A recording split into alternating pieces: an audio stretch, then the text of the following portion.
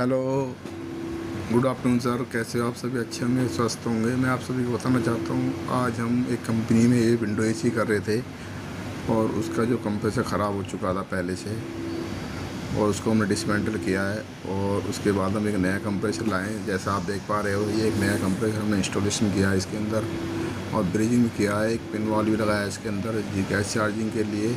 और मैं आप सभी को बताना चाहता हूँ कि हाई वोल्टेज के कारण कंप्रेसर ख़राब हुआ था और इसमें सिचुएशन थोड़ी ज़्यादा ख़राब हो जाती है और हाई वोल्टेज आ जाती है तो कई चीज़ें ख़राब हो जाती हैं।